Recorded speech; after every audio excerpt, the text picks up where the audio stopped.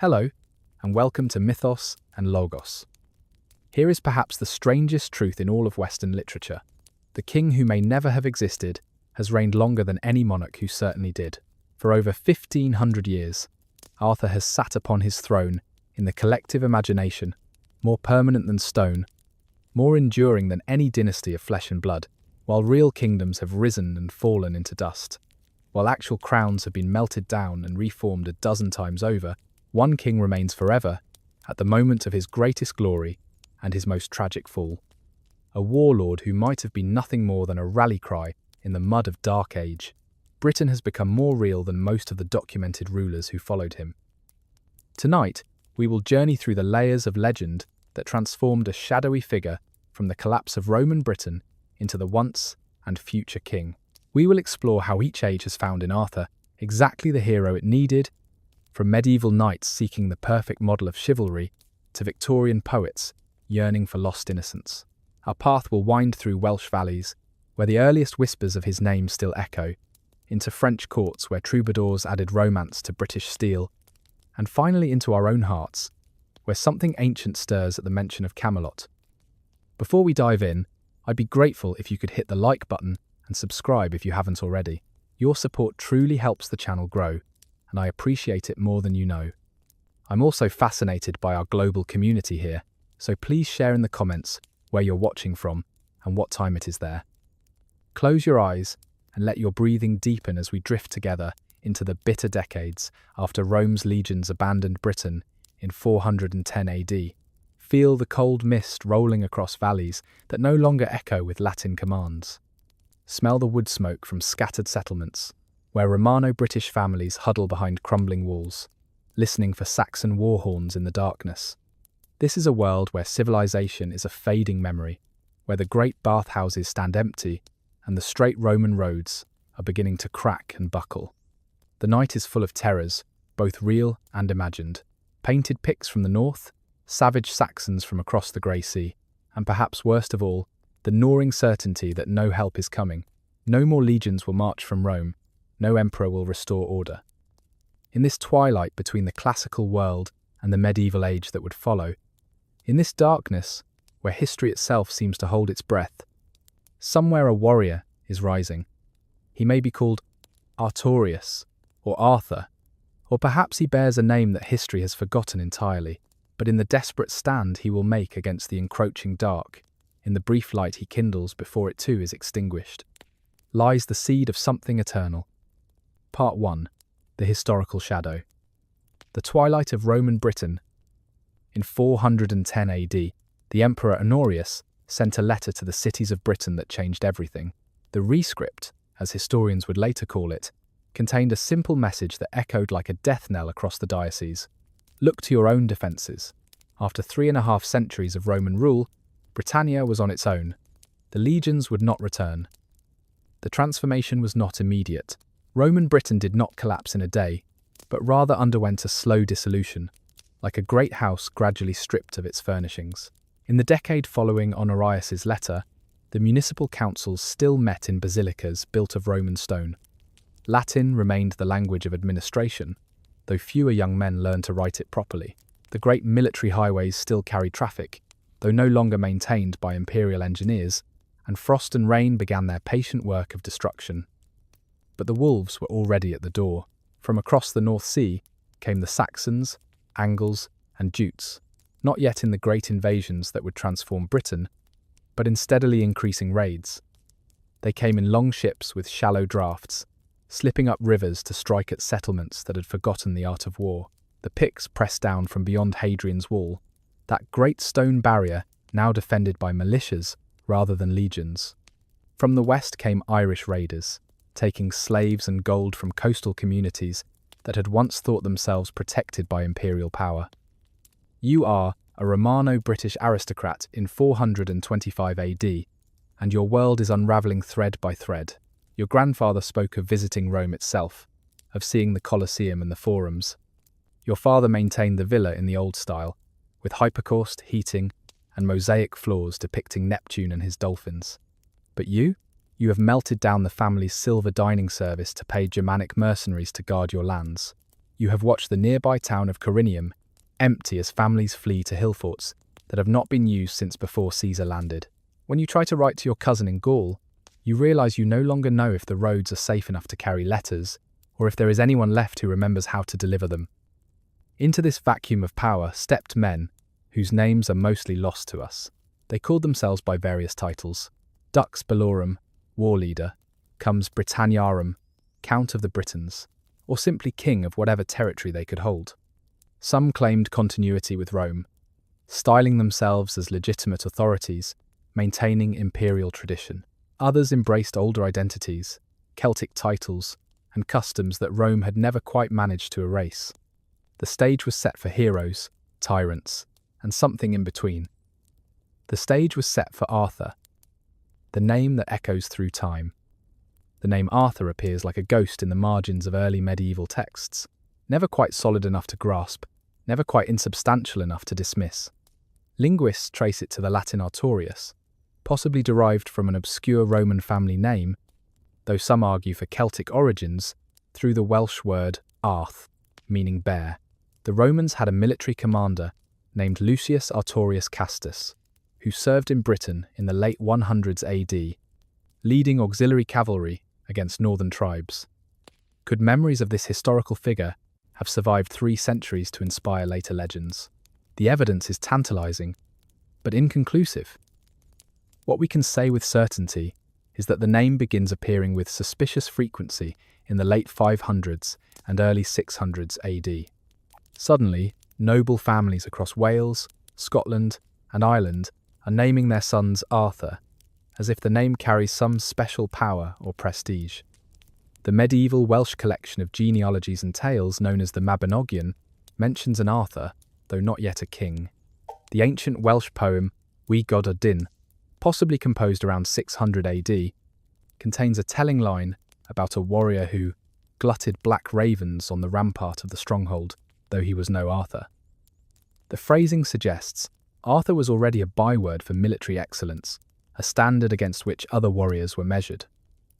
The earliest potential historical reference comes from a monk named Gildas, writing around 540 AD in a work called De Excidio et Conquestu Britanniae, the ruin and conquest of Britain. Gildas mentions a great battle at a place called Mons Badonicus, Mount Badon, where the Britons achieved a decisive victory over the Saxons. Crucially, maddeningly, Gildas never names the British commander. He was writing within living memory of the battle, perhaps while some participants still lived, yet he leaves the hero anonymous. Some scholars argue this silence is significant. Gildas had harsh words for most of the British leaders of his time. His failure to name the victor of Badon might suggest the commander was someone Gildas preferred not to credit, or perhaps someone whose reputation had grown so large that naming was unnecessary. 3 centuries later, around 830 AD, a Welsh monk usually identified as Nennius compiled the Historia Britonum, History of the Britons. Here, finally, Arthur emerges from the shadows with a name and a list of battles. Nennius presents Arthur not as a king, but as Dux Bellorum, a military commander who led the kings of Britain against the Saxons. He credits Arthur with 12 victories, culminating in Mount Badon, where Arthur personally killed 960 men in a single charge. The number is obviously impossible, a piece of heroic exaggeration, but it tells us something important. By the 800s AD, Arthur had already transcended history to become legend. Blood and mud at Mount Badon. The Battle of Mount Badon stands as the pivotal moment where history and legend intersect, a real event that became the foundation stone of Arthurian myth. Modern historians generally date it to sometime between 490 and 517 AD, with most favouring a date around 500 AD. The location remains disputed, with candidates ranging from Bath in Somerset to Badbury Rings in Dorset, though several scholars argue for Liddington Castle near Swindon, where the ancient Ridgeway crosses the Roman road to Bath.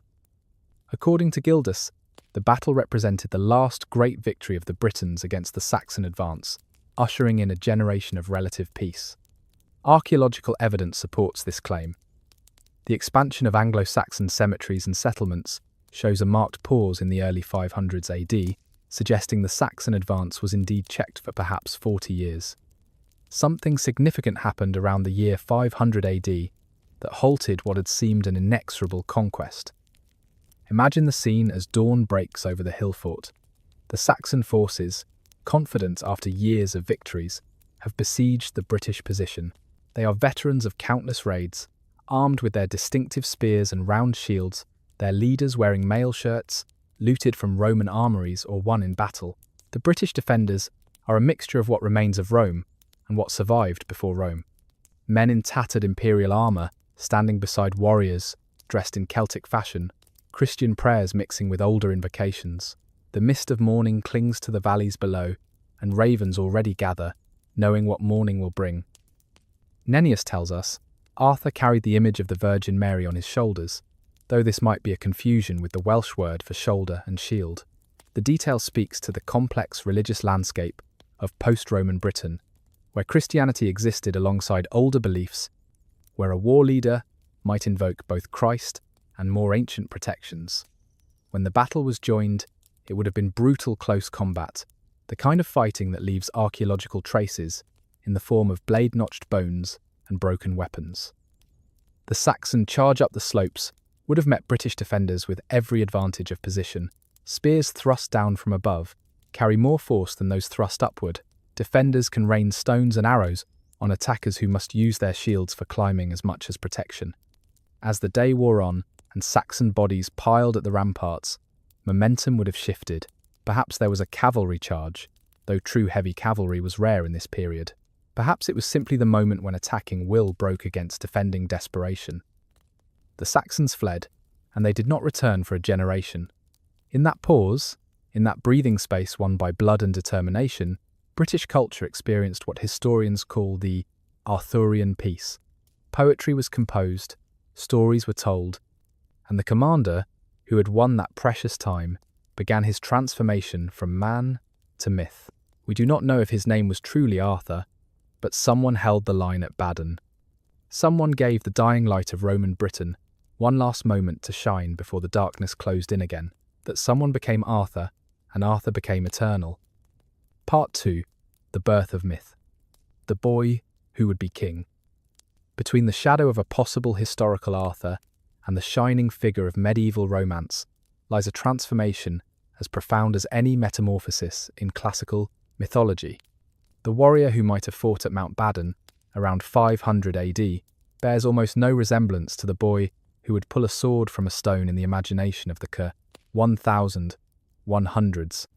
This transformation did not happen overnight, but evolved through centuries of storytelling, each generation adding layers of meaning until the original figure, if he existed, became entirely obscured by the accumulated glory.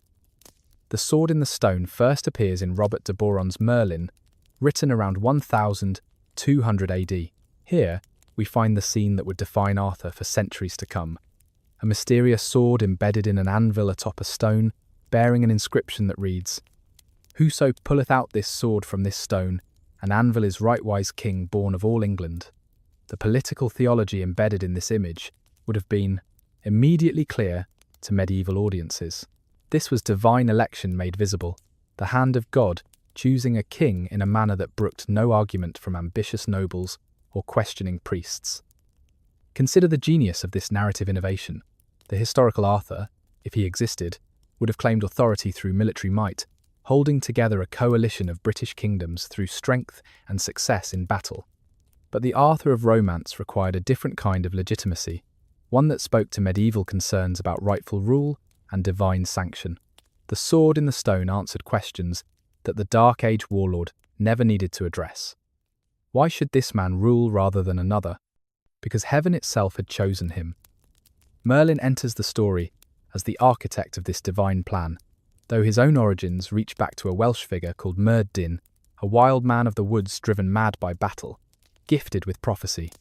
Geoffrey of Monmouth, writing his Historia Regum Britanniae around 1136 AD, transformed this Celtic seer into a figure of immense power, born of a demon father and a virgin mother, possessing knowledge of all things past and future. Through Merlin, Arthur gains not just a counsellor, but a connection to the other world, to powers beyond Christian or pagan understanding. You stand in the churchyard on Christmas morning as young Arthur approaches the sword. You are one of the great barons of the realm, your own son having failed to budge the blade, despite his strength and noble blood. This beardless boy, raised in obscurity by Sir Ector, places his hands upon the hilt. The morning light seems to gather around him, though perhaps that is merely memory, adding drama to the moment. The sword slides from the stone as easily as if it were sheathed in oiled leather rather than solid rock. The silence that follows is absolute.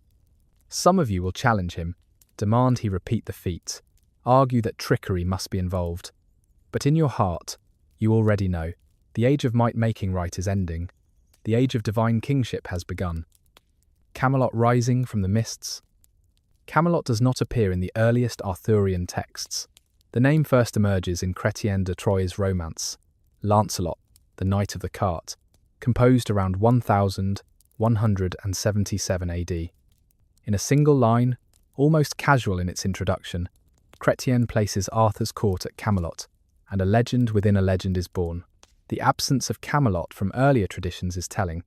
Geoffrey of Monmouth placed Arthur's court at Caerleon in Wales. Welsh traditions favoured Celtic in Cornwall. But Camelot was something different, something more than a mere geographical location.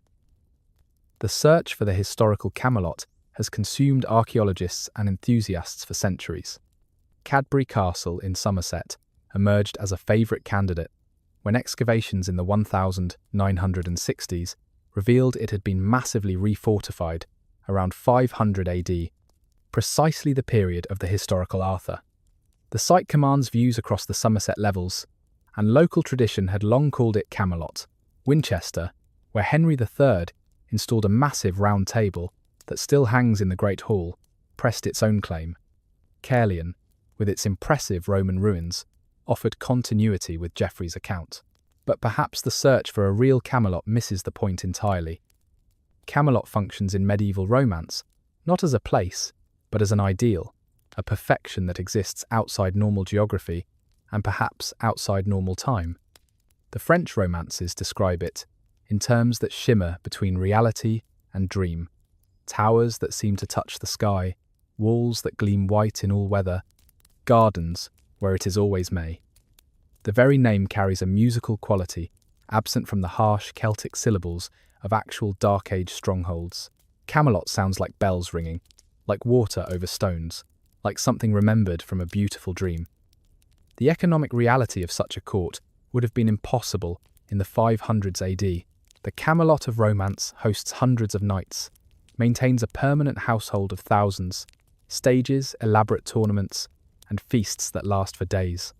This is a vision drawn from the high medieval period, when the wealth of agricultural surplus and revived trade could support such displays. The historical Arthur, if he existed, would have held court in a timber hall, perhaps with Roman stones reused in its foundation, commanding perhaps a few dozen professional warriors, and calling on temporary levies when needed. Yet Camelot's impossibility is precisely its power. It represents not what was, but what should be, a kingdom where justice prevails, where might serves right, where the king knows every knight by name, and every knight would die for the king. The Round Table, first described by Wace in his Roman de Brute around 1155 AD, makes this ideal visible. No seat is higher than another. The king sits among his knights, as first among equals. The shape itself prevents the precedence disputes that plagued actual medieval courts, where proximity to the king at table could make or break political careers. Thomas Malory, writing in the 1400s, while imprisoned for various crimes including theft and rape, would describe Camelot with the poignancy of Paradise Lost. For him, it represented everything the chaotic England of the Wars of the Roses was not. Unified, purposeful, noble, Camelot had become the perfect kingdom that never was, the ideal that judges all actual governance and finds it wanting. The Fellowship of Knights. The Round Table begins empty and must be filled, and in that filling lies the transformation of Arthur from solitary hero to the centre of a constellation of champions. Each knight who takes his seat brings his own story, his own tradition, often his own national origin, until the Round Table becomes a medieval, united nations of chivalry. The process took centuries, with each new romance adding names to the roster until the traditional number settled at 150, though only a few dozen ever developed full narrative lives. Gawain arrives first, drawn from Welsh traditions, where he appears as Gwalchmai, the Hawk of May. In the earliest romances, Gawain stands as Arthur's greatest knight, his strength waxing and waning with the sun, a detail that hints at solar worship far older than Christianity. He is Arthur's nephew, son of King Lot of Orkney, and Arthur's sister, though the family relationships would grow considerably more complex and darker as the tradition evolved. The Gawain of early romance is courteous, brave, and loyal, though later French writers would tarnish his reputation to make room for their own hero, Lancelot. Kay the Seneschal represents continuity with the Welsh tradition, where he appears as Say, a warrior of superhuman abilities who could hold his breath for 9 days underwater and grow as tall as the tallest tree. The medieval romances transform him into something far more human and far more comic. The grumbling, sarcastic seneschal who manages Arthur's household and provides comic relief through his boasting and inevitable humiliation. Yet his presence at Arthur's side never wavers. He is the childhood companion made good, or at least made permanent. You are a young knight approaching Camelot for the first time, and the names of those you might meet ring like a roll call of glory. There is Bedivere, Arthur's first knight and last companion, who will one day throw Excalibur back to the lake. There is Gareth, Gawain's youngest brother, who serves a year in Kay's kitchens before revealing his true identity. Percival the Welsh, pure enough to glimpse the Grail. Galahad, who will achieve what even Lancelot cannot. Tristan, whose love for Isolde rivals the tragedy of Lancelot and Guinevere. Each name carries weight, history, often contradiction, as different traditions collide and merge. The creation of this fellowship transforms Arthur's story from that of a single, exceptional individual to something far more profound, a meditation on the possibilities and limitations of human cooperation. The Round Table represents the dream of perfect community, where individual excellence serves collective good, where competition exists within bonds of mutual respect and shared purpose. That this fellowship is doomed from its inception, carrying within it the seeds of jealousy, adultery, and civil war, only makes it more poignant. Lancelot's arrival changes everything. Unknown to Welsh tradition, absent from Geoffrey of Monmouth, Lancelot springs fully formed from the French Romantic tradition in the late 1100s AD. Chrétien de Troyes gives us Lancelot du Lac, raised by the Lady of the Lake, beautiful beyond description, unmatched in combat, and fatally in love with his lord's wife. In Lancelot, the Round Table receives its greatest knight, and the poison that will destroy it. He represents both the highest achievement of chivalric culture and its inherent contradictions. The Fellowship of the Round Table would become the model for chivalric orders throughout medieval Europe. Edward III founded the Order of the Garter with Arthurian ideals explicitly in mind. The Burgundian Order of the Golden Fleece drew inspiration from the same source. Young nobles across Europe grew up hearing these stories, learning that true nobility meant more than blood, and that kingship meant more than power. They learned it from Arthur, but even more from the knights who gathered around him, each representing a different aspect of the ideal, each failing in uniquely human ways, each contributing to a story that had grown far beyond any single hero's tale. Part 3. The Great Romance. The Queen at the centre. Guinevere emerges from the Celtic mists as Gwenwyfar, a name meaning white phantom or white enchantress, and perhaps no character in Arthurian legend has been more transformed by successive generations of storytellers. The Welsh triads speak of 3 Gwenwyfars, all married to Arthur, as if the tradition itself could not settle on a single identity for this crucial figure. By the time she appears in Geoffrey of Monmouth's history, she has become a Roman lady of noble birth, beautiful beyond measure, and already the seed of tragedy has been planted in her narrative soil. The early Guinevere is remarkably passive, a beautiful prize to be won, lost, and rescued. The pattern repeats across early romances. She is abducted by Melwas, Mordred, or various other enemies, and Arthur must retrieve his queen like a stolen treasure. But something profound happens to Guinevere In the hands of the French romance writers of the late 1100s AD, she transforms from object to subject, from prize to player, from the silent centre around which men clash to a woman whose own desires will bring down the most perfect kingdom ever imagined. The medieval audience would have understood Guinevere's position with painful clarity. A queen's primary duty was to produce heirs, to ensure the continuation of the bloodline and the stability of the realm. Yet Arthur and Guinevere remain childless, a detail that echoes through the romances, like a hollow space where certainty should reside. Some versions give Arthur a son, Mordred, through his half-sister Morgause, making the eventual destroyer of Camelot a product of incest. Others present Mordred as Arthur's nephew, but from Guinevere comes no legitimate heir, no future for Camelot beyond Arthur's own mortality. This barrenness transforms Guinevere from a failed queen into something far more complex and tragic. Unable to fulfill her biological and political function, she becomes instead the emotional centre of the court, the inspiration for acts of valour and courtesy, the judge of worthiness, whose approval knights seek more earnestly than Arthur's. The courtly love tradition, imported from the troubadours of southern France, found in Guinevere its perfect expression. She becomes the unattainable lady whose very unattainability inspires men to transcend their limitations. The geography of Guinevere's world is remarkably constrained. While Arthur and his knights range across Britain and beyond, fighting wars and seeking adventures, Guinevere remains at Camelot, or occasionally at Carlisle or Caerleon, always in the civilized spaces, always waiting. Her adventures are internal, emotional, fought in the territory of the heart, where no armour offers protection. When she acts, it is through influence rather than direct action, through the disposition of her favour, the grace of her attention, the devastating power of her withdrawal. You watch her preside over the May Day festivities, dressed in green silk that catches the light like new leaves, and you understand why kingdoms might fall for such a woman. It is not merely her beauty, though the poets exhaust themselves trying to capture it in words. It is the way she remembers every knight's name and deed, how she notices who has been wounded and inquires after their recovery, how she can turn the mood of the entire hall with a smile or a frown. She carries herself with the knowledge that she is always observed, always judged, always bearing the weight of representing not just herself, but the feminine ideal of an entire civilization. The Knight of the Cart. Chrétien de Troyes wrote, Lancelot, the Knight of the Cart, around 1177 AD, working under the patronage of Marie de Champagne, daughter of Eleanor of Aquitaine.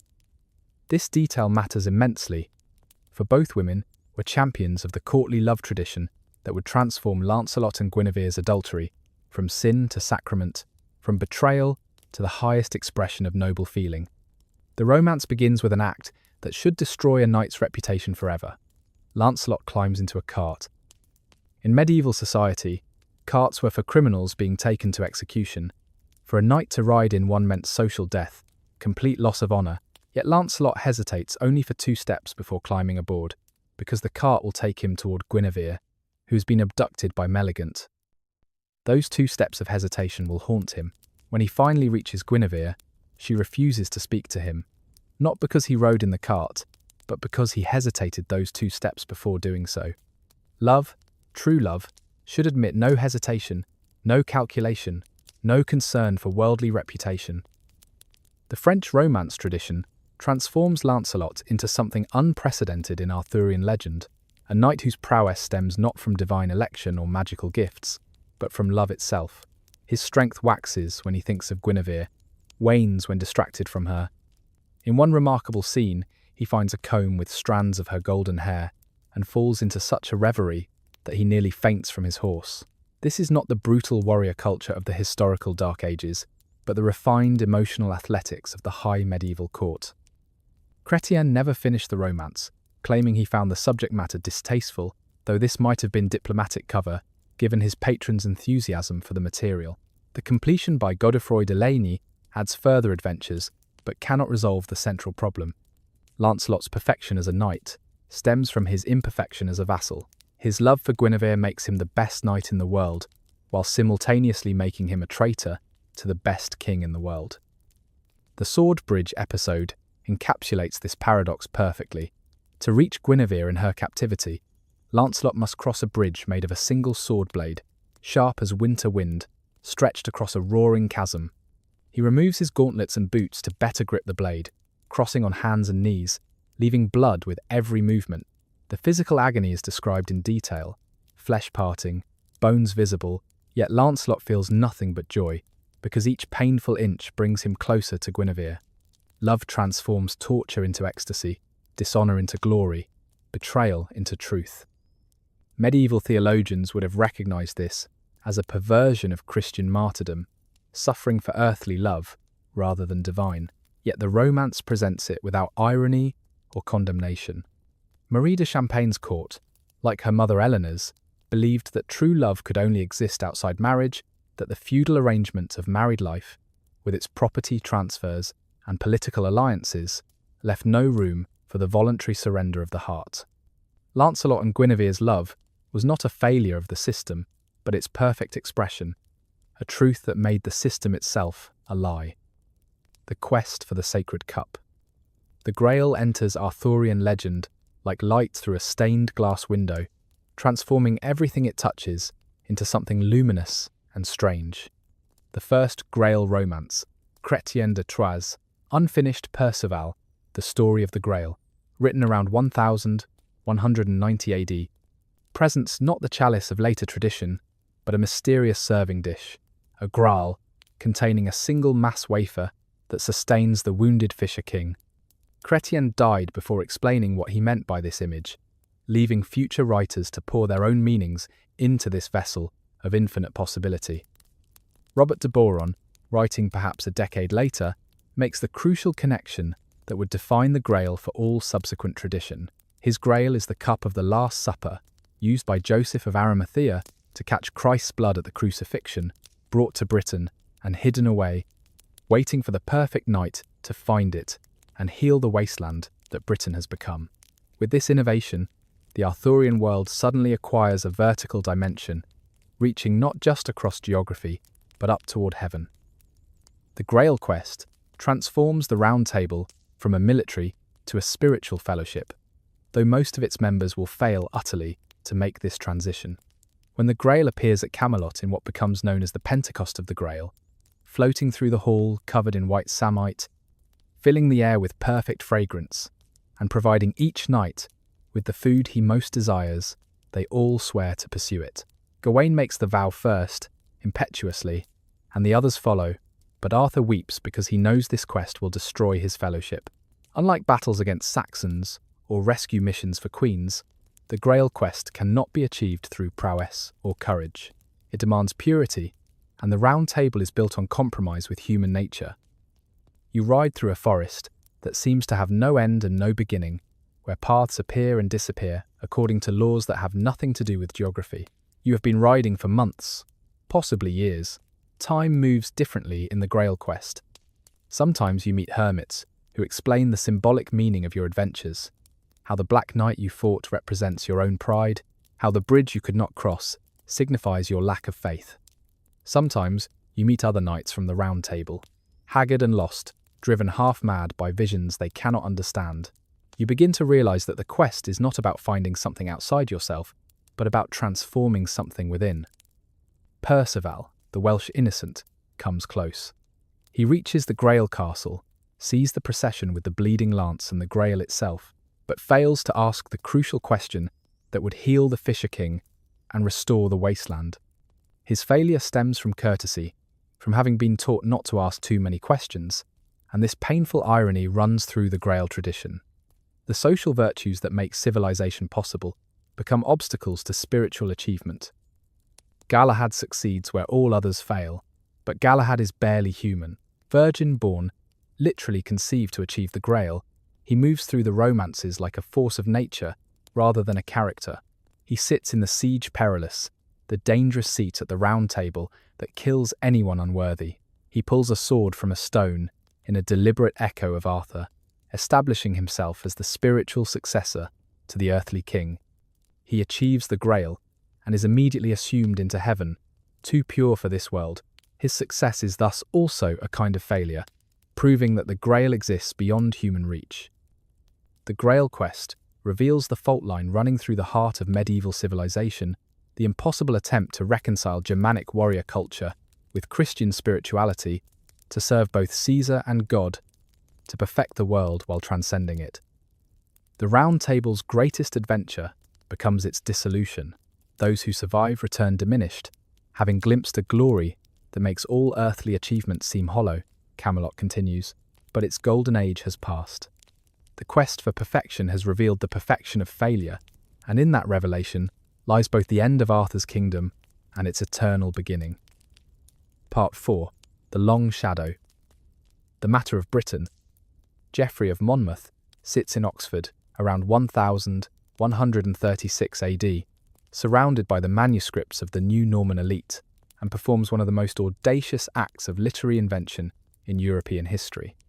His Historia Regum Britanniae, the history of the kings of Britain, presents itself as sober historical fact, tracing British monarchy from the Trojan refugee, Brutus, through Arthur, to the Anglo-Saxon conquest. That almost none of this was true in any conventional sense did not prevent it from becoming one of the most influential books of the Middle Ages, copied more frequently than almost any text except the Bible. Geoffrey claimed to be translating an ancient book in the British tongue, a source that conveniently vanished and has never been found. What he actually did was far more creative and politically astute. He wove together fragments of Welsh tradition, classical mythology, contemporary politics, and pure invention to create a past that Britain desperately needed. The Norman conquest of 1066 AD had left England ruled by French-speaking foreigners who viewed Anglo-Saxon culture as barbarous. Geoffrey gave them something older, something grander, something that predated both Saxon and Norman and made Britain the equal of Rome. The political genius of Geoffrey's invention becomes clear when we consider what he gave Arthur, not just victories over Saxons, which would hardly endear him to Geoffrey's Anglo-Saxon readers, but conquests that stretched across Europe. Geoffrey's Arthur defeats Ireland, Iceland, Norway, Denmark, and Gaul. He challenges Rome itself, marching on the Eternal City before being called back by Mordred's treachery.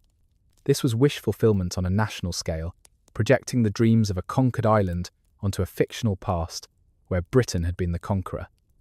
The speed with which Geoffrey's history spread across Europe suggests how hungry the medieval world was for this particular narrative. Within decades, translations appeared in French, Welsh, and English. Wace's French version, the Roman de Brut of 1155 AD, added the Round Table and expanded the courtly elements. Layamon's early English version, written around 1200 AD, restored some of the Germanic warrior culture that Geoffrey had softened. Each translation was also a transformation, adapting Arthur to local needs and prejudices. What Geoffrey understood, perhaps instinctively, was that nations require mythology as much as history. The matter of Britain, as the Arthurian cycle came to be known, stood alongside the matter of Rome, tales of Troy in classical antiquity, and the matter of France, the Charlemagne romances, as one of the three great story cycles of medieval Europe. But while Rome had Virgil's Aeneid, and France had the Song of Roland, both grounded in some historical reality, Britain had Arthur, magnificent in his impossibility. The Norman and later Angevin kings embraced Arthur with particular enthusiasm.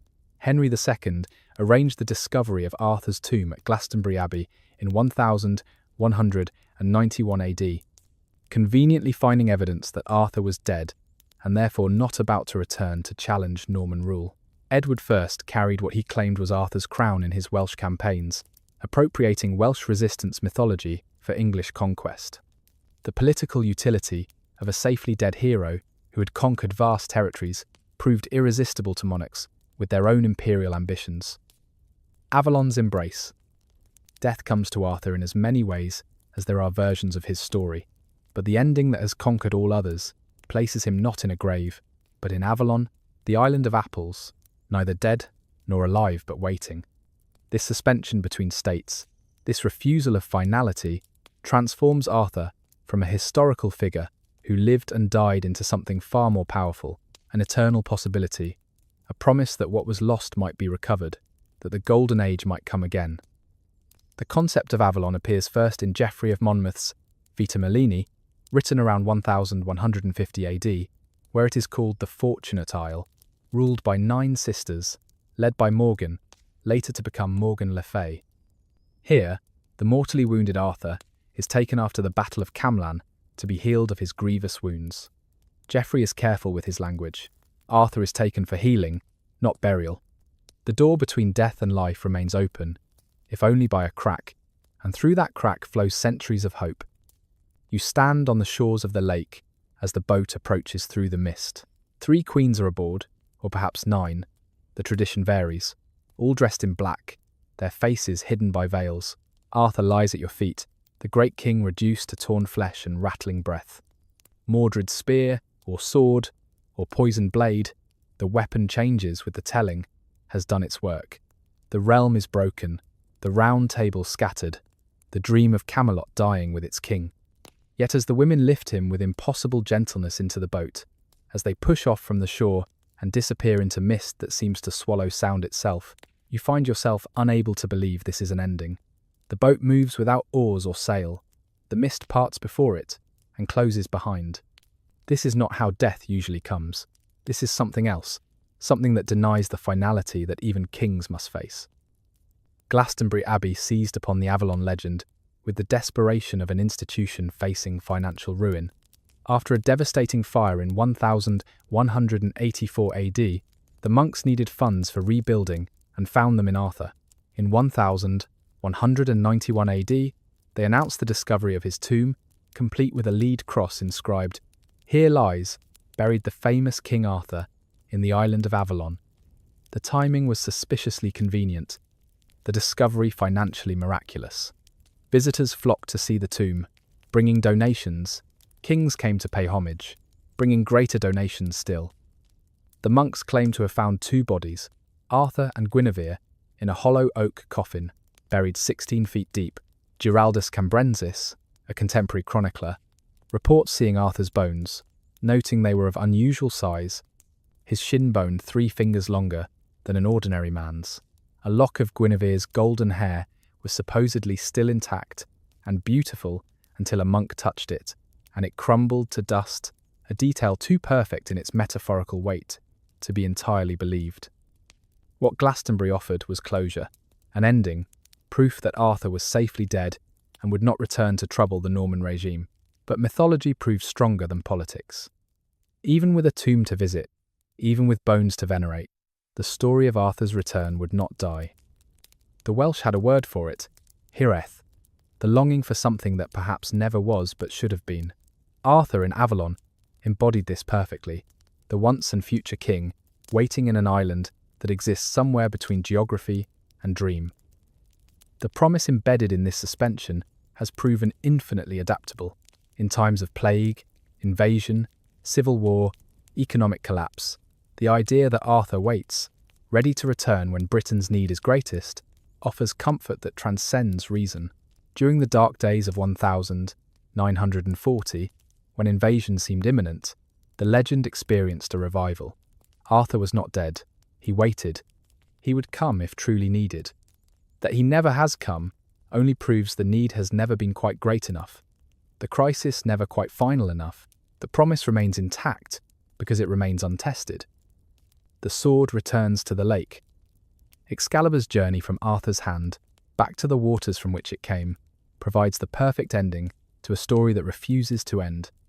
The image is so powerful it seems to have always existed, yet like much of Arthurian legend, it is the product of slow accretion and inspired invention. Geoffrey of Monmouth calls Arthur's sword Excalibur, forged in Avalon. The French Romance writers transform this to Excalibur, though they disagree on its origin. Some say it is the sword pulled from the stone. Others, following what becomes the dominant tradition, say it was given to Arthur by the Lady of the Lake, a loan that must eventually be repaid. Sir Bedivere, the first knight and now the last, carries his dying king to the water's edge. Arthur commands him to throw Excalibur into the lake, but twice Bedivere fails, unable to consign such beauty and power to destruction. The sword's pommel is worked with precious stones. Its blade can cut through iron as if it were silk. Its scabbard, in some versions, is worth even more, preventing the wearer from losing blood no matter how grievously wounded. These are tools of empire, of conquest, of the glory that was Camelot. How can Bedivere simply throw them away? 0. 5. The dialogue between dying king and reluctant knight becomes a meditation on the nature of power and the necessity of letting go. Arthur knows immediately when Bedivere has disobeyed, asking what he saw when he threw the sword. Wind and waves. Bedivere lies. Nothing more. But when he finally obeys, when Excalibur spins through the air above the dark water, a hand rises from the lake, catches it, brandishes it 3 times, and draws it under. The hand is clothed in white samite, mystic, wonderful. The Lady of the Lake, or her avatar, has reclaimed what was always hers. Water runs through Arthurian legend like blood through veins. Arthur's conception happens while Merlin's magic conceals Uther Pendragon in mist. The Lady of the Lake raises Lancelot. The Grail quest leads through landscapes of springs and fountains with symbolic meaning. Bridges over water provide trials and transformations. Now, at the end, water reclaims the symbol of Arthur's earthly power, taking it back to the element that exists between states, neither fully land nor sky, neither fully solid nor gas. Thomas Malory, writing in the 1400s AD, provides the canonical version of this scene, investing it with a melancholy that speaks to his own experience of a kingdom tearing itself apart. The Wars of the Roses had shown England what happened when legitimate succession failed, when might attempted to make right, when the symbolic power of kingship was fractured among competing claims. Malory's Bedivere weeps not just for Arthur, but for the entire world that passes with him. The world where kings were chosen by heaven and swords came from sacred lakes. The sword's return to the lake is not destruction but transformation. Like Arthur himself, Excalibur enters a state of potential rather than ending. It waits beneath the waters, like truth beneath consciousness, like memory beneath forgetting, ready to surface when the conditions are right. The hand that took it presumably still holds it. The power it represents is not lost but held in trust, waiting for the hand worthy to wield it again. This is how the medieval world processed loss, not as finality, but as transformation, not as ending, but as return to source. The circular nature of the imagery, the sword that must return to where it began, Arthur who will come again. The round table that has no beginning or end creates a mythology of eternal return that promises nothing ever truly dies. It merely changes state, like water, becoming ice, becoming steam, becoming rain, always water, never lost, eternally cycling through forms, while remaining essentially itself. Part 5. The Eternal Return. Tudor Exploitation and Renaissance. Henry Tudor landed at Milford Haven in August 1485 with a dragon banner and an audacious claim. He was Arthur returned, the Welsh prince come to reclaim Britain from Saxon usurpers. That the Yorkist kings he challenged had as much Welsh blood as he did mattered less than the mythological power of the assertion. At Bosworth Field, when Richard III fell into the mud screaming for a horse, it was not just a king who died, but an entire way of understanding English history. The Tudor age would require new myths, or rather, old myths, reshaped to serve new power. Henry VII named his first son Arthur, installing him at Ludlow Castle on the Welsh borders, the symbolic heart of ancient British power. The boy was raised to embody Arthurian virtues, educated in languages, theology, and the arts of war. His marriage to Catherine of Aragon in 1501 was staged as the restoration of Camelot, complete with round-table pageantry and tournaments where knights fought under Arthurian names. When Prince Arthur died just months later at age 15, the shockwaves went beyond dynastic succession. The mythological programme of the Tudor regime had to be hastily transferred to his younger brother, Henry, who would spend much of his reign trying to out-Arthur Arthur himself. The printing press, arriving in England just as the Tudors took power, transformed Arthur from a court entertainment into a national possession. William Caxton printed Thomas Malory's La Morte d'Arthur in 1485, the same year as Bosworth, though he worried in his preface that readers might think Arthur never existed. The solution was brilliant in its simplicity. Caxton argued that Arthur must have been real because his story was so widespread, as if popularity could transform fiction into history. Within decades, cheap, printed editions spread Arthurian romance beyond the noble halls into merchant homes and grammar schools. Malory's work performed a kind of alchemy, transforming the scattered French romances and English poems into a single, coherent narrative that reads like biography despite its impossibilities. He was the perfect author for this synthesis, a man whose own life story included nobility and criminality, imprisonment and escape, violence and reflection. Writing from prison, possibly under sentence of death, Malory understood both the glory and the squalor of knighthood. His Arthur is more human than the French romances allowed, capable of error, rage, and grief. His Camelot is more politically complex, its fall stemming from recognizable human motivations rather than abstract sin. You are a London apprentice in 1520, and your master has given you permission to attend the Field of the Cloth of Gold, where Henry VIII meets Francis I of France in a display of magnificence that beggars description. The entire event is staged as an Arthurian romance come to life. Pavilions of cloth of gold and silver create a temporary palace that seems lifted from the pages of Malory. Knights fight in armour that costs more than your master's shop will earn in a lifetime. Henry himself, massive and still athletic at 29, fights under the name Coeur Loyal, Loyal Heart, an Arthurian sobriquet that everyone understands. This is not mere entertainment, but political theology. The King of England claiming through pageantry the legacy that Geoffrey of Monmouth invented and that centuries of repetition have made real. The Renaissance passion for recovering classical texts paradoxically strengthened, rather than weakened Arthurian legend. Humanist scholars knew perfectly well that Geoffrey of Monmouth had invented most of his history, that no contemporary Roman sources mentioned Arthur's supposed conquests, but they also understood that cultural truth operates differently from historical fact. The Italian poet Ariosto incorporated Arthurian elements into his Orlando Furioso. Spenser's The Fairy Queen presented Elizabeth I as the heir to Arthur's throne, Gloriana to his precedent. The legend proved infinitely adaptable to Renaissance concerns. The perfect courtier, the ideal commonwealth, the divine sanction of monarchy. Victorian resurrection. The Industrial Revolution had transformed Britain into the workshop of the world by 1837, when an 18-year-old girl became Queen Victoria. Mills and mines scarred landscapes that had been unchanged since the Domesday Book. Railways carved iron paths through ancient forests. The population of Manchester grew from 75, 0 to 350, 0 in 50 years.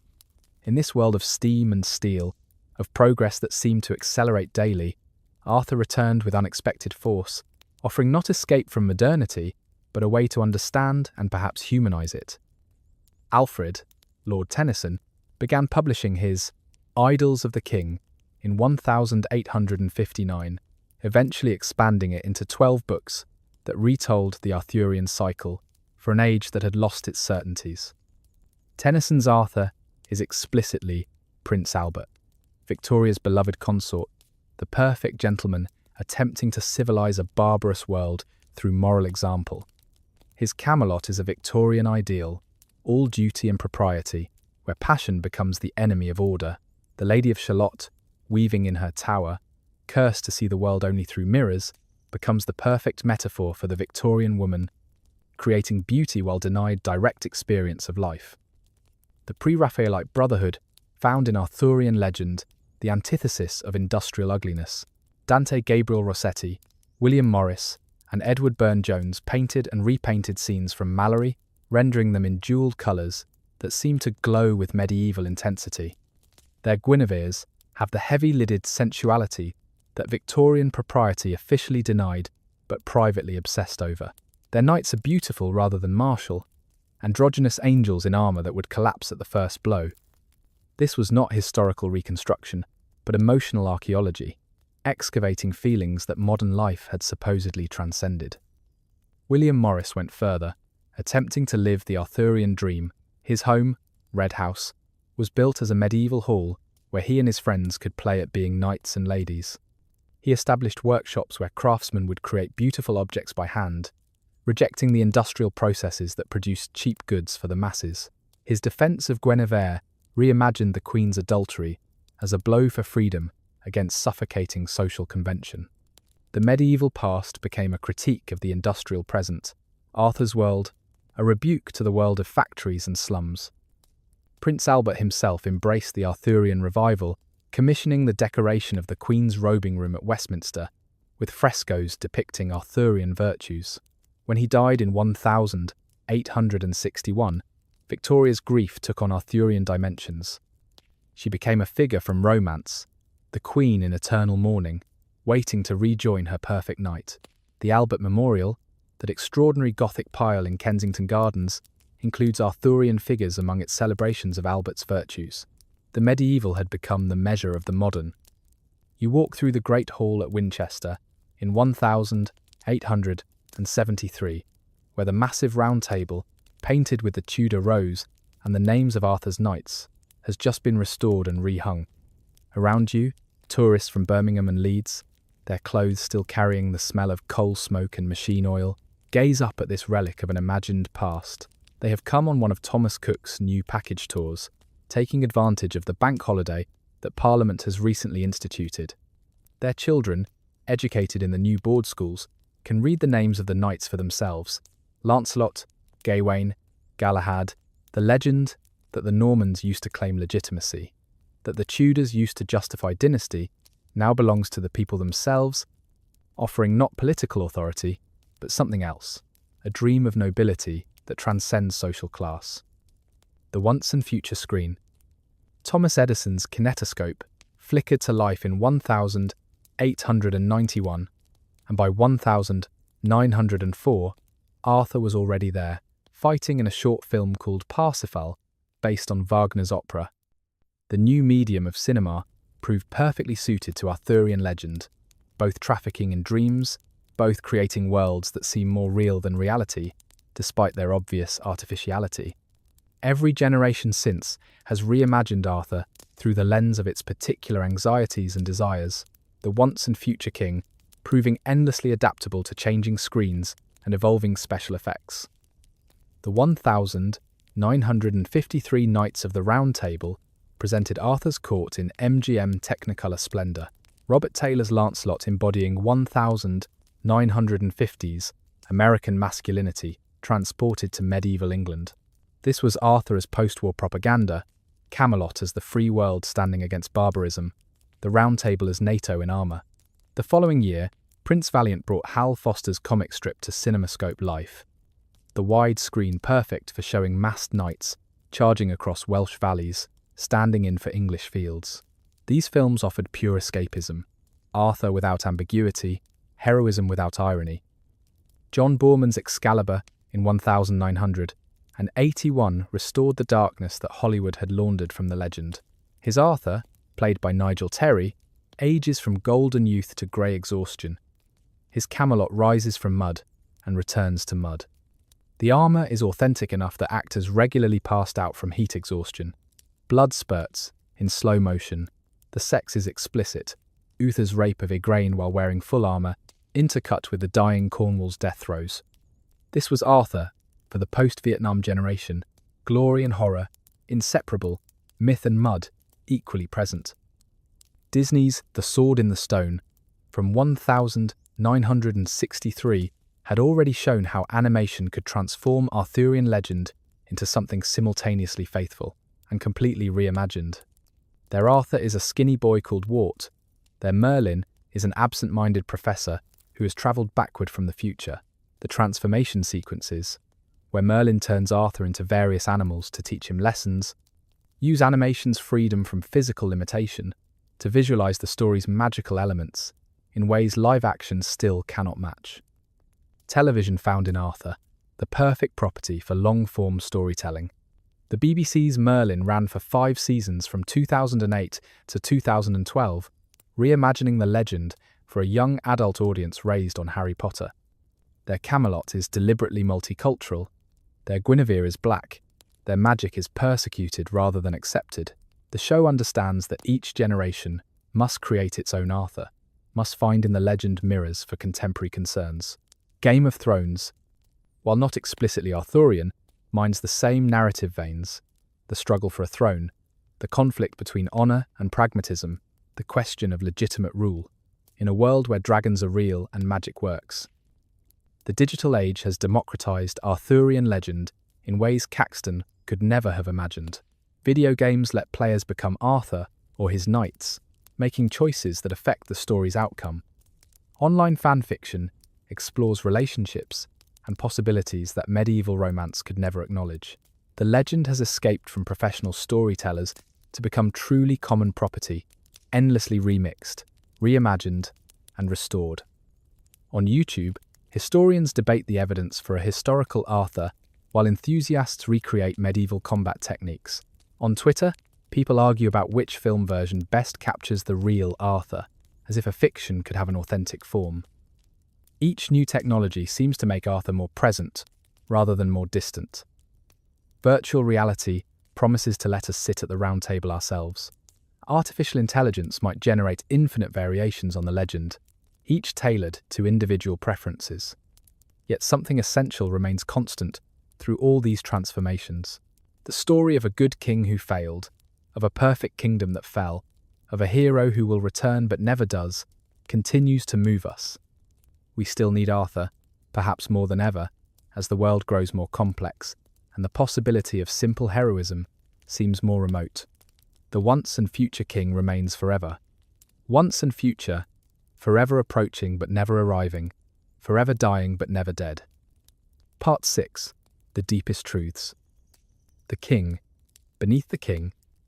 Carl Jung sat in his study in Küsnacht in the 1930s, surrounded by medieval alchemical texts and his own paintings of dreams, and recognized in Arthur something that transcended literature or history.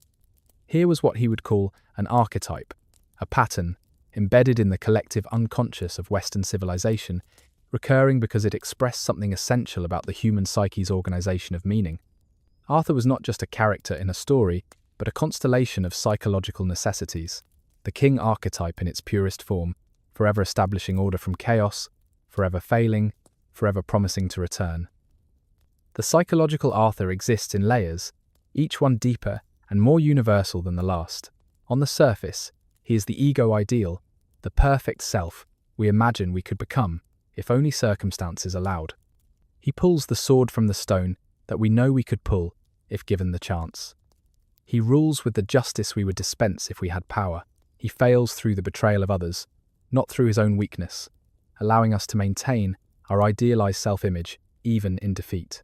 This is why children respond so powerfully to Arthur stories. They recognize their own fantasy of being recognized as special, chosen, destined for greatness that the mundane world cannot see. Beneath this lies the father archetype, but a father perfected beyond biological limitation. Arthur is the father who recognizes worth, who assigns quests, who maintains order, not through tyranny, but through moral authority. The round table becomes the family table transformed and idealized, where every son has equal standing, where competition exists within bonds of love, where the father's strength enables rather than diminishes the children's growth. That Arthur typically has no legitimate children of his own is psychologically necessary. He must remain the universal father, not restricted by biological preference. Deeper still lies what Jung called the self, the totality of consciousness and unconsciousness integrated into wholeness. Arthur's court contains all aspects of human nature: Lancelot's passion, Gawain's pride, Percival's innocence, Kay's cynicism, Mordred's shadow darkness. Arthur himself sits at the centre, not suppressing these aspects but organising them, giving them purpose and direction. The quest structure of Arthurian romance becomes a map of individuation, the psychological process of becoming whole. Each knight who rides out from Camelot represents a part of the psyche venturing into the unknown, facing trials, returning, transformed, or not returning at all. The The Grail quest maps perfectly onto Jung's concept of the search for the self.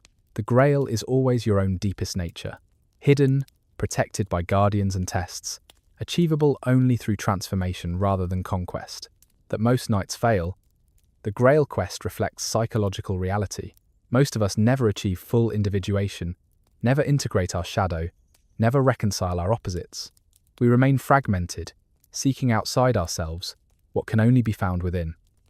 You dream you are in a great hall, and though you have never been here before, you know every stone, every banner, every face around the great circular table. You look down and see armor that fits perfectly, though you have never worn it. A quest is being announced, and you know with absolute certainty that it is meant for you, has always been meant for you, though you cannot say what the quest is or where it will lead. You rise to accept it, and in that rising feel yourself becoming more real than you have ever been in waking life. This is not fantasy, but recognition. Some part of you has always been a knight of the Round Table, has always served the once and future king, who reigns not in history, but in the timeless kingdom of the psyche. The table that has no head. The Round Table is perhaps the most radical political proposition ever disguised as medieval romance. In a world of absolute hierarchy, where great halls were designed to display and reinforce social stratification, where proximity to power was measured in literal inches, someone imagined a table where all seats were equal. This is not historical. No medieval king actually built such a table for practical use. The Winchester Round Table, magnificent as it is, was created for display, not dining. The idea was too dangerous to implement in reality. What the Round Table proposes is a solution to the eternal problem of governance, how to harness competitive excellence while preventing it from destroying collective harmony. Every knight at the table is supreme in some quality. Lancelot is the greatest warrior, Gawain the strongest, Kay the most experienced, Galahad the purest. In any conventional hierarchy, these differences would create bitter precedence disputes. Who sits higher, the strongest or the most skilled? The most noble by birth or by deed? The Round Table simply refuses the question. It creates what we might recognize as a heterarchy, where authority shifts based on context rather than being fixed in rigid stratification. Medieval readers would have understood how revolutionary this was. The actual medieval hall was a theatre of power, where everyone knew their exact place and what it meant. To sit below the salt was to be marked as inferior. To be moved closer to, or farther from, the Lord's high table was to receive public promotion or demotion. Wars were fought over who had the right to sit, while others stood who could remain covered in the king's presence, who entered a room first. The Round Table abolishes all of this, creating a space where worth is recognized without hierarchy, where excellence coexists without subordination. Yet the Round Table's equality contains its own destruction. Without hierarchy, who decides? When Arthur's knights disagree about the right course of action, what mechanism exists for resolution? The traditional answer was simple: the king decides. But at a Round Table, the king is just first among equals, his authority moral rather than structural. This works as long as that moral authority remains unquestioned, as long as all the knights agree that Arthur deserves to lead. The moment that consensus breaks, when Lancelot's loyalty to Guinevere conflicts with his loyalty to Arthur, when Mordred questions Arthur's decisions, the table has no mechanism for resolution except violence. Modern democracy faces the same dilemma the Round Table poses. How do we recognize and reward excellence while maintaining equality? How do we prevent the competition that drives achievement from destroying the cooperation that enables civilization? The Arthurian answer is both inspiring and tragic. We cannot. The Round Table must fall because its perfection is unstable. The very virtues it celebrates contain the seeds of its destruction. Honor demands vengeance for insults, love conflicts with duty. The quest for individual glory undermines collective purpose. The Round Table works only in what Victor Turner called communitas, those special moments outside normal social structure where hierarchy temporarily dissolves in common purpose. The fellowship of soldiers in battle, the solidarity of communities in crisis, the brief equality of pilgrims on the road, these are Round Table moments. But communitas cannot be sustained. Social structure reasserts itself. Someone must lead, someone must follow, someone must decide. The Round Table exists in eternal communitas, which is why it exists outside time, in that space between history and myth, where impossible things become necessary truths. The return that never comes. 0. 5. Arthur will return when Britain's need is greatest, the legend promises, but he never has. Not when the Vikings burned monasteries and enslaved thousands, not when the Black Death killed half the population, not when the Armada sailed, not when Napoleon massed his invasion fleet, not when German bombs fell on London. The promise remains unbroken because it remains untested.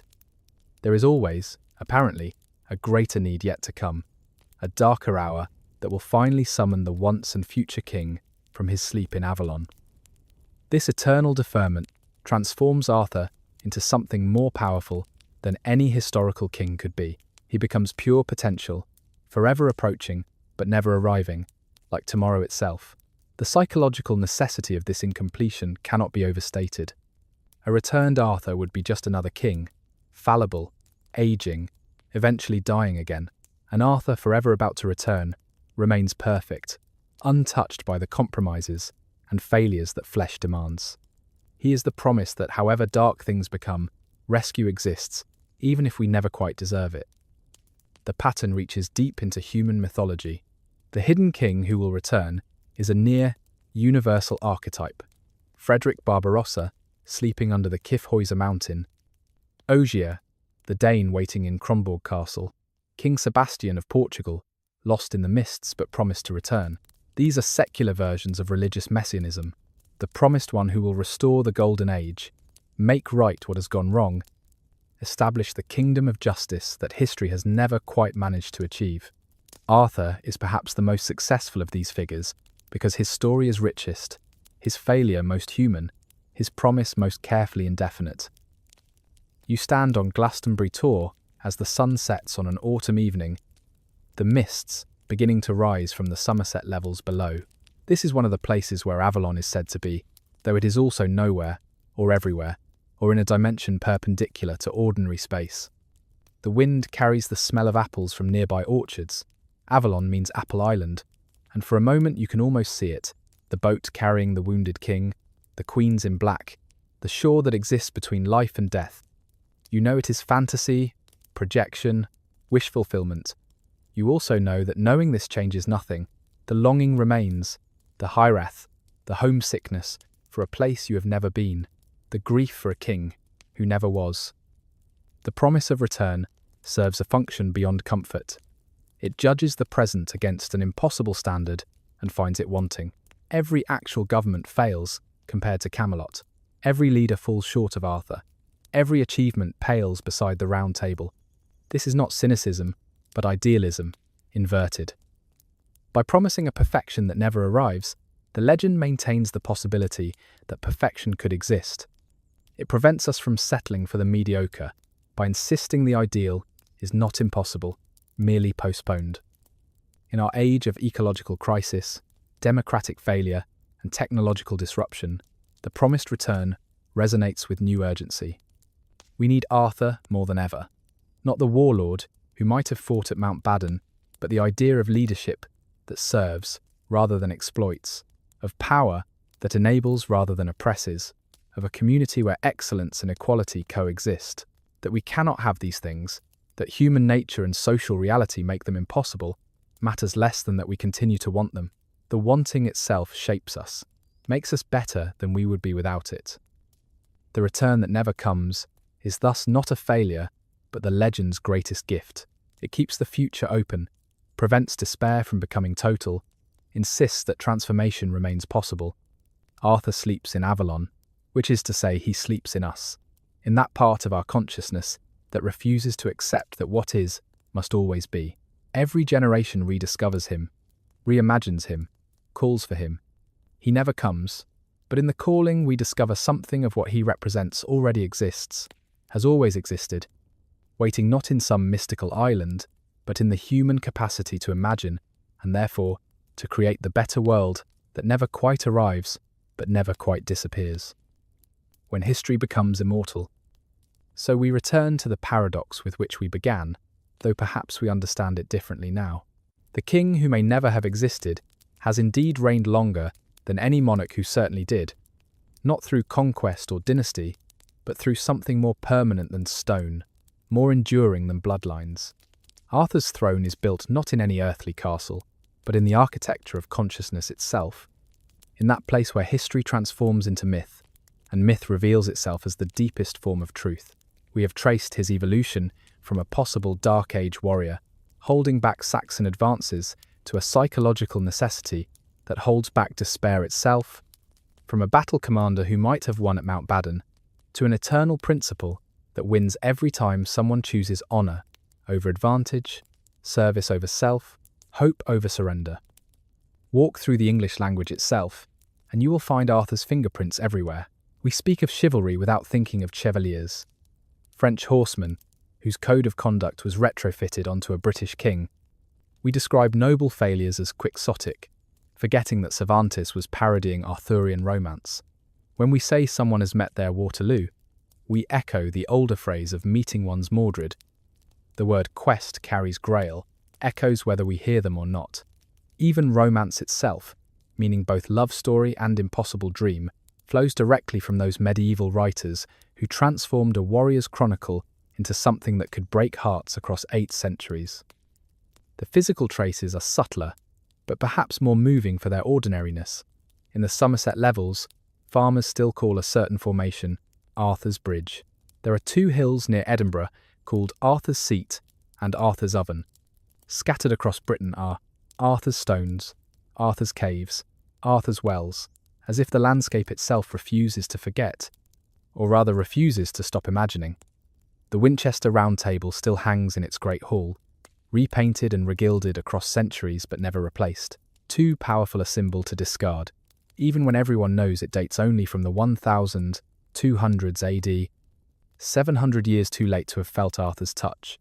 At Glastonbury, tourists still visit the spot where monks claim to find Arthur's grave, though archaeology has proven no one was ever buried there.